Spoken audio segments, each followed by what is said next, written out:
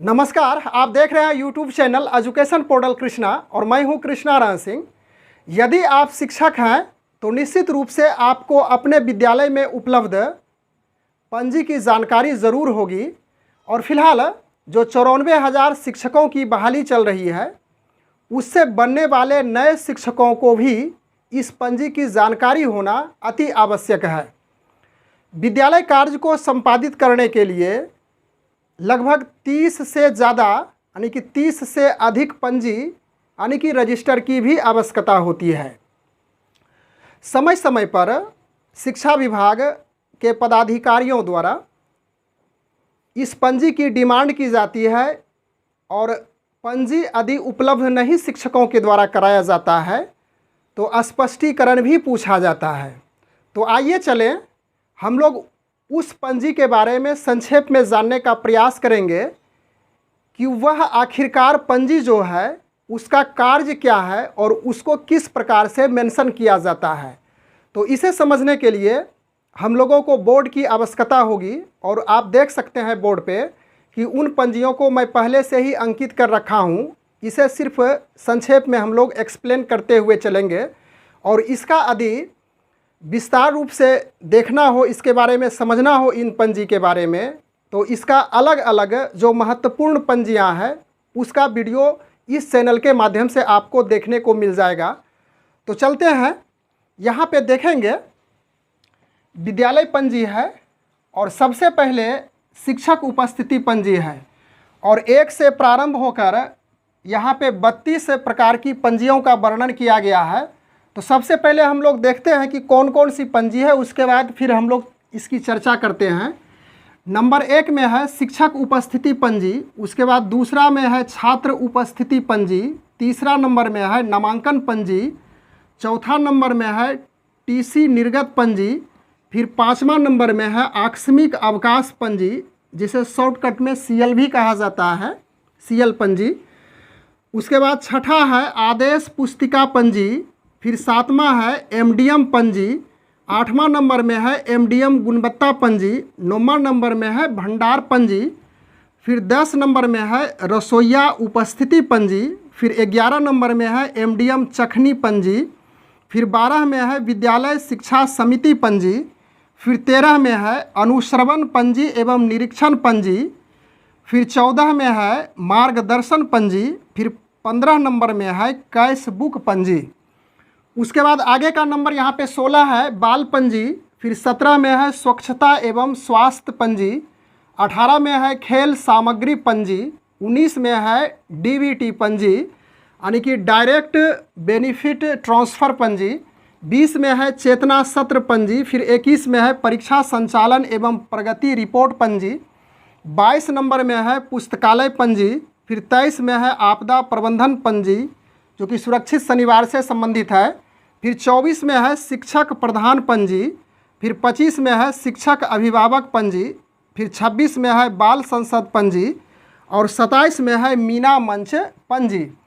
उसके बाद 28 नंबर में यूथ क्लब पंजी, 29 में है यूको क्लब पंजी, 30 में है आगत निर्गत पंजी, फिर 31 में है मुहिम पंजी और 32 में है छिदिच पंजी। इसके अलावा भी और भी पंजियाँ होती है जिसे आप लोग यदि इसमें छूट गया हो तो आप लोग ज़रूर कमेंट के माध्यम से हमें जानकारी देंगे। तो कुछ यहाँ पे एक्सप्लेन हम लोग करने का प्रयास करते हैं समझने का कि यह शिक्षक उपस्थिति पंजी है। इससे आप अवगत ही हैं। शिक्षक उपस्थिति पंजी के लेफ्ट साइड में दिनांक अंकित रहता है, उसके बाद वरीयता क्रम में शिक्षकों का नाम लिखा रहता है यानी कि जो प्रधान शिक्षक है उस विद्यालय के सबसे पहले उसे, उसके बाद जो वरीय शिक्षक है उसका नाम और अंततः इसी प्रकार से लिखा रहता है उस पंजी में।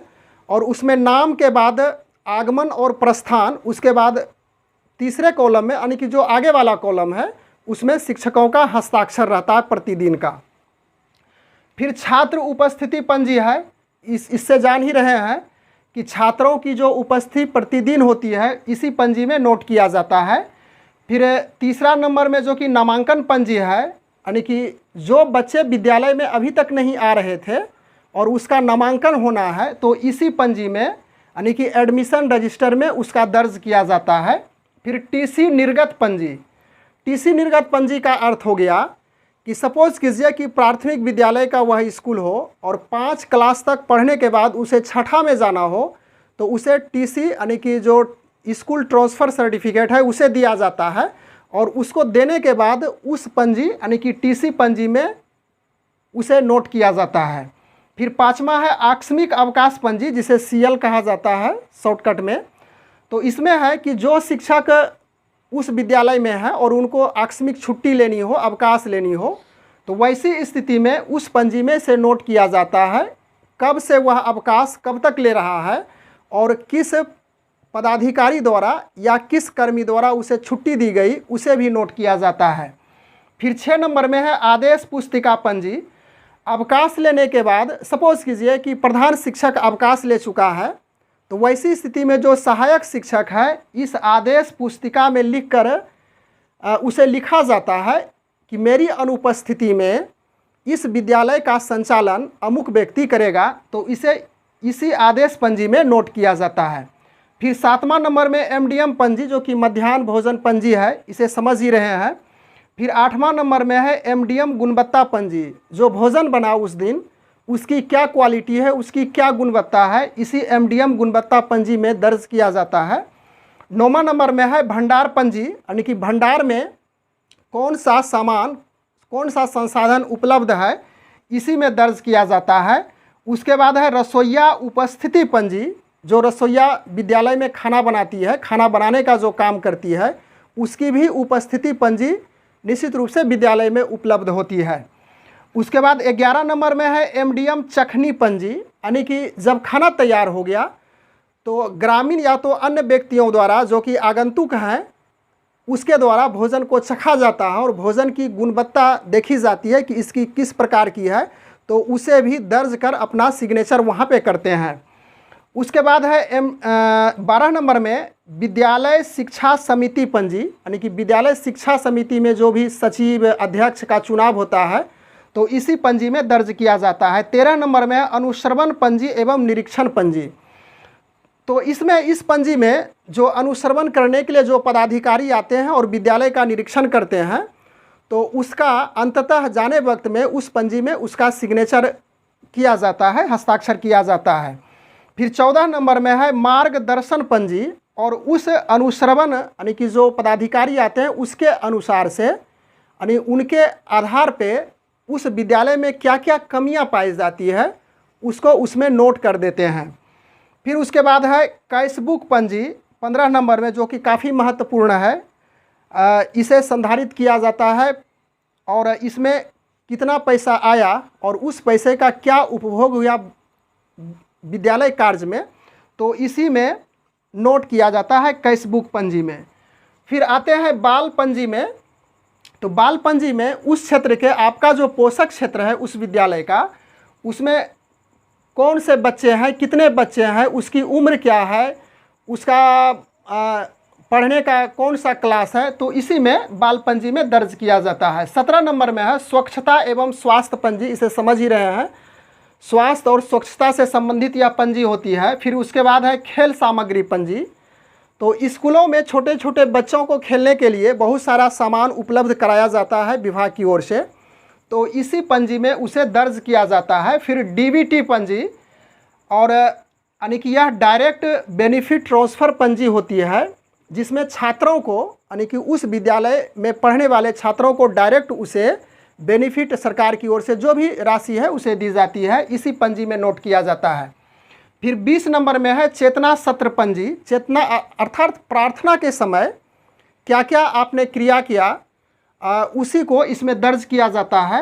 फिर आगे है परीक्षा संचालन एवं प्रगति रिपोर्ट पंजी। बच्चों का यानी कि छात्रों की जो परीक्षा होती है उस परीक्षा में उसकी क्या प्रगति है उसे इसी पंजी में दर्ज किया जाता है। फिर 22 नंबर में है पुस्तकालय पंजी। तो पुस्तकालय पंजी यह जो हायर क्लास है यानी कि जो मतलब कह सकते हैं आपकी हाई स्कूल या तो उससे उच्चतम माध्यमिक विद्यालय में पुस्तकालय पंजी उपलब्ध होती है, या प्राथमिक विद्यालय में तो उपलब्ध होती ही नहीं है। आगे है आपदा प्रबंधन पंजी। तो आपदा प्रबंधन मीन्स हो गया बाढ़, सुकाड़, भूकंप, उसी से संबंधित जो भी क्रियाएं की जाती है इसी पंजी में दर्ज की जाती है। 24 नंबर में है शिक्षक प्रधान पंजी, यानी शिक्षक और उस स्कूल के जो प्रधान शिक्षक है उसके लिए भी एक पंजी उपलब्ध होती है और उसी में जो भी उसकी क्रियाएं और उसका जो भी कार्यकलाप होता है इसी में दर्ज किया जाता है। 25 नंबर में है शिक्षक अभिभावक पंजी, यानी कि जो बच्चे उस विद्यालय में पढ़ रहे हैं वह अभिभावक और शिक्षक के भी जो संवाद होता है या तो फिर कुछ नई प्रकार की स्कीम बताई जाती है अभिभावकों के द्वारा, तो इसी पंजी में दर्ज किया जाता है। आगे 26 नंबर में है बाल संसद पंजी। तो संसद मीन्स पार्लियामेंट, जिस प्रकार से आप समझ रहे हैं पार्लियामेंट में प्रधानमंत्री, मुख्यमंत्री और भी जो भी सदस्य होते हैं, तो इसी एक बाल संसद पंजी में है बच्चों को प्रधानमंत्री, मुख्यमंत्री, स्वास्थ्य मंत्री इत्यादि बनाया जाता है। तो इसी में उसे दर्ज किया जाता है कि अमुक बच्चे को प्रधानमंत्री बनाया गया, अमुक बच्चे को स्वास्थ्य मंत्री बनाया गया, तो यह बाल संसद पंजी में ही दर्ज किया जाता है।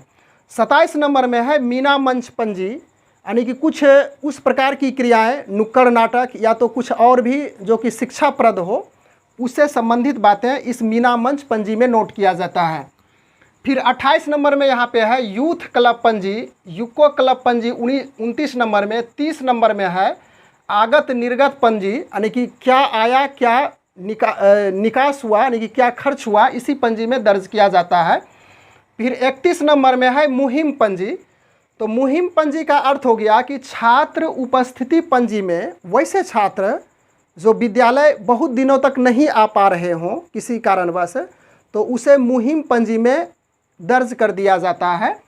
और फिर है छिदित पंजी, यानी कि उस पोषक क्षेत्र, यानी कि उस विद्यालय के पोषक क्षेत्र के जो बच्चे छिदित हैं, यानी कि वह कहीं भी किसी विद्यालय में नहीं पढ़ रहे हों, तो उसकी जानकारी इकट्ठा की जाती है और इसी पंजी में नोट किया जाता है। तो यह तो थी संक्षिप्त रूप से जानकारी इन पंजियों के बारे में, और इसकी जो डिटेल जानकारी है, जो महत्वपूर्ण पंजी है, उसे हम नेक्स्ट वीडियो में अपलोड करने का अच्छी तरह से प्रयास करेंगे। तो अब हमें आशा है कि आप इन पंजियों के बारे में ज़रूर जानकारी प्राप्त कर लिए होंगे, और जब ज़रूरत हो, यानी कुछ कुछ पंजी की यदि यहाँ पे नहीं आपको उपलब्ध हो पाया हो तो उसे ज़रूर पूरा करेंगे। तो इसमें कुछ पंजी और भी है, जैसे यहाँ पे समझ लीजिए कि एमडीएम पंजी, एमडीएम गुणवत्ता पंजी, भंडार पंजी, रसोईया पंजी। तो यह कुछ विद्यालयों के लिए ही सीमित है, यानी कि प्राथमिक और मध्य विद्यालयों के लिए, कारण कि प्राथमिक और मध्य विद्यालयों में ही एमडीएम की उपलब्धता होती है, मध्याह्न भोजन की उपलब्धता होती है। और यदि हाई स्कूल की बात की जाए वहाँ तो भोजन नहीं बनता है, तो इस पंजी को वहाँ पे रखना अनिवार्य नहीं होता है। तो इसी प्रकार से और भी कुछ पंजियाँ यहाँ पे थी, जैसे यूथ क्लब पंजी, यूको क्लब पंजी। तो यह पंजी हाई स्कूल और उससे उच्चतर जो मतलब विद्यालय है उसमें इन पंजियों की आवश्यकता होती है। लेकिन हम लोग देखें कि लगभग यह सब जो पंजियाँ हैं जो ज़रूरी होती है विद्यालयों में रखने के लिए। तो आशा है यह जो वीडियो है आपके ज्ञान में वृद्धि करेगी, ज्ञानवर्धन करेगा।